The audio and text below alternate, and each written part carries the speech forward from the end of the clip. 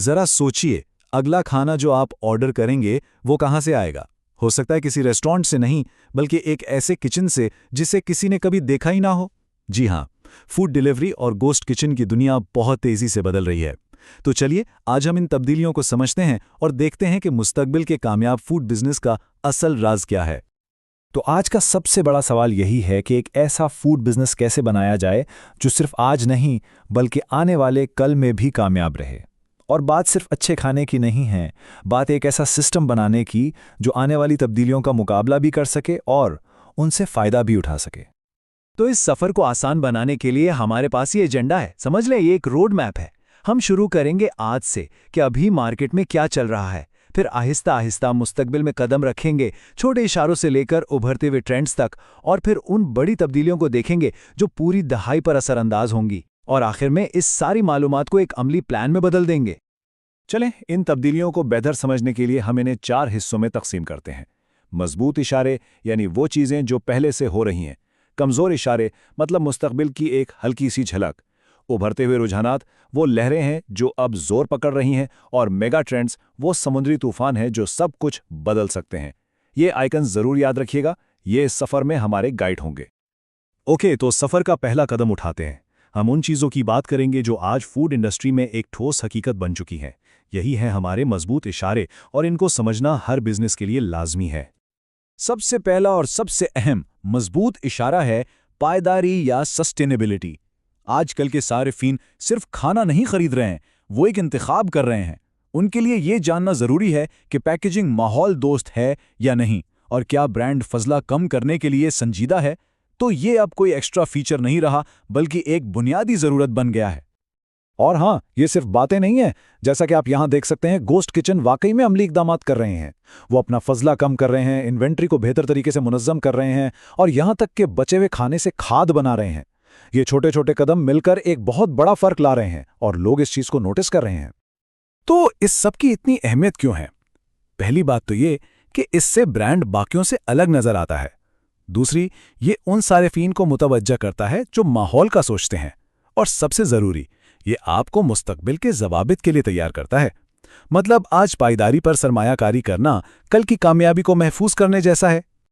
चलें अब दूसरे मजबूत इशारे की तरफ, और वो है वर्चुअल किचन में टेक्नोलॉजी और डेटा का इस्तेमाल। अब किचन अंदाज़ों पर नहीं चल रहे, बल्कि ठोस नंबर्स और डेटा पर चल रहे हैं। ज़रा इस नंबर को देखिए, 68%। ये बहुत बड़ा नंबर है। इसका मतलब साफ है कि तकरीबन 2/3 वर्चुअल किचन अब अंदाजे नहीं लगा रहे हैं। वो कस्टमर रिव्यूज़ और ऑर्डर डेटा का तज्जिया करके अपने मेन्यू को बेहतर से बेहतर बना रहे हैं। उन्हें पता है कि क्या चीज़ बिकती है, कब बिकती है, और सबसे अहम, क्यों बिकती है। यही है डेटा पर मबनी कामयाबी का फॉर्मूला। ठीक है, तो मजबूत इशारे तो हमने देख लिए। अब थोड़ा सा मुस्तकबिल में झांकते हैं। अब बारी है कमज़ोर इशारों की। ये वो आइडियाज़ हैं जो अभी शायद बहुत छोटे लग रहे हों, लेकिन कल के बहुत बड़े मौके बन सकते हैं। और जो उन्हें आज पहचान लेगा, वही कल का मार्केट लीडर होगा। एक बहुत ही दिलचस्प कमज़ोर इशारा खुराक बतौर दवा का तस्वर है। ज़रा सोचिए, एक ऐसा खाना जो ख़ास तौर पर ज़ियाबीतीस के मरीजों के लिए बनाया गया हो, या दिल के अमराज के लिए क्लिनिकली डिज़ाइन किए गए खाने। अब ये चीज़ आम नहीं है, लेकिन ये एक ऐसी बहुत बड़ी मार्केट है जो बस खुलने का इंतज़ार कर रही है, ख़ास तौर पर उन ब्रांड्स के लिए जो सेहत को अपनी पहली तरजीह बनाते हैं। यहाँ 2 और ज़बरदस्त कमज़ोर इशारे हैं। एक तरफ है पैकेजिंग में जिद्दत, जैसे बायो बेस्ड यानी कुदरती चीज़ों से बनी पैकेजिंग। दूसरी तरफ है मुश्तरका किचन मॉडल्स, जहां वसाइल आपस में बांटे जाते हैं। दोनों ही चीज़ें इखराजात कम करती हैं और कारकर्दगी बढ़ाती हैं, और ये मुस्तकबिल में गेम चेंजर साबित हो सकती हैं। अच्छा, अब हम उन रुझानात की तरफ आते हैं जो कमज़ोर इशारों से आगे निकल चुके हैं और अब रफ्तार पकड़ रहे हैं। ये हैं हमारे उभरते हुए रुझानात। ये वो चीज़ें हैं जो अगले चंद सालों में मार्केट का एक बड़ा हिस्सा बनने वाली हैं, इसलिए इन पर फौरन गौर करना बहुत ज़रूरी है। तो 3 अहम उभरते हुए रुझानात हैं। पहला, पौधों पर मबनी प्रोटीन यानी सब्जियों से हासिल की हुई प्रोटीन का बढ़ता हुआ रुझान। दूसरा, सेहत और तंदुरुस्ती पर फोकस। और तीसरा, मुकामी सोर्सिंग और एक मजबूत सप्लाई चेन की अहमियत। और याद रखें, ये चीज़ें अब सिर्फ एक छोटे से ग्रोथ तक महदूद नहीं, बल्कि मेन स्ट्रीम बन रही हैं। पिछले कुछ सालों ने हमें एक बहुत बड़ा सबक सिखाया है कि सप्लाई चेन्स बहुत नाजुक हो सकती हैं। इसलिए एक ऐसी सप्लाई चेन बनाना जो मुकामी सप्लायर्स पर इन्हिसार करे, अब एक अच्छी चीज़ नहीं बल्कि एक लाजमी चीज़ बन गई है। समझ लें कि ये मुस्तकबिल की मुश्किलात से बचने के लिए एक सेफ्टी नेट बनाने जैसा है। चलें अब जरा और दूर की सोचते हैं। बात करते हैं बड़ी तवील मुद्दती कुव्वतों की जो आने वाली पूरी दहाई में इस इंडस्ट्री को बिल्कुल बदल कर रख देंगी। ये हैं हमारे मेगा ट्रेंड्स। सबसे पहला मेगा ट्रेंड माहौलियाती तब्दीली से जुड़ा है। हुकूमतें फिजले और कार्बन के खराज पर सख्त कवानीन नाफिज करेंगी। तो यहाँ दो रास्ते साफ नजर आते हैं, एक पुराने तरीकों का जो मुश्किलों से भरा है और दूसरा पायदार तरीकों का जो सीधा कामयाबी की तरफ जाता है। और जाहिर है जो कंपनियां आज सब्ज रास्ता चुनेंगी वही कल की फातेह होंगी। उसके अलावा दो और गेम बदलने वाले मेगा ट्रेंड्स हैं। एक है फूड टेक और ऑटोमेशन।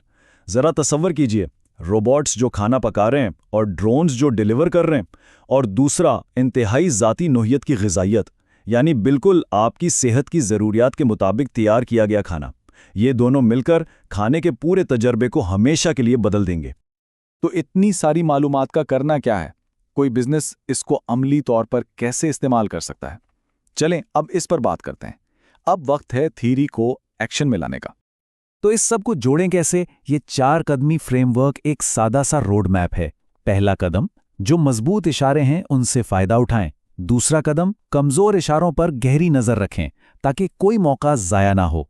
तीसरा कदम, उभरते हुए रुझानात के साथ कदम मिलाकर चलें। और चौथा कदम, मेगा ट्रेंड्स के लिए खुद को तैयार करें। ये एक साइकिल है जो चलता रहता है।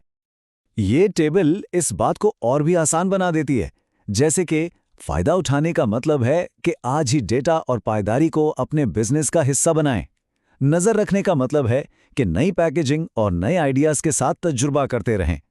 और तैयारी का मतलब है कि ऑटोमेशन के लिए टेक्नोलॉजी में सरमायाकारी करें। ये एक बिल्कुल साफ एक्शन प्लान है। और आखिर में एक बहुत अहम बात, जो पहला कदम उठाएगा वही जीतेगा। हो सकता है किसी मार्केट में खुराक बतौर दवा का रुझान अभी आम ना हो, लेकिन असल में यही तो मौका है। जो भी इस शोबे में सबसे पहले कदम रखेगा वही मार्केट लीडर बन सकता है। जो रिस्क लेगा, इनाम भी उसी को मिलेगा। तो हमारा ये तज्जिया यहाँ ख़त्म होता है, लेकिन एक आखिरी सवाल रह जाता है। इस सारी मालूमात के साथ खाने के मुस्तकबिल को बनाने में हर किसी का क्या किरदार हो सकता है? क्योंकि इंतखाब और मौक़े दोनों ही बेशुमार हैं।